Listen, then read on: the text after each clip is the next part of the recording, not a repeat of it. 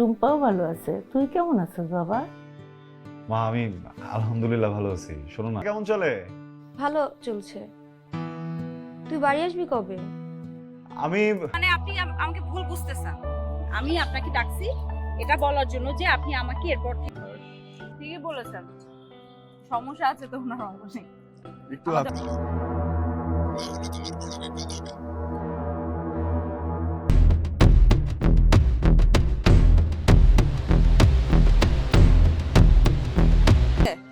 আপনি আর কোনো কিছু করলে আমি কিন্তু পুলিশের কাছে গিয়ে কমপ্লেইন করব আপনার নামে। দেখছো অবস্থা? এমন জিজ্ঞেস করলো ভাইয়া তুই বিয়ে করবি না, আমি তো খুশি হয়ে গেছিলাম। ছোট বোনটা তোর বিয়ে দেওয়ার জন্য মনে হয় পাগল হয়ে। বাবা, আমার শুধু বাবাই আছে আর আমি।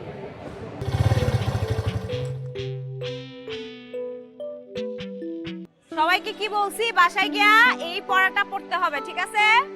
এখন ছুটি, বাসায় যাও।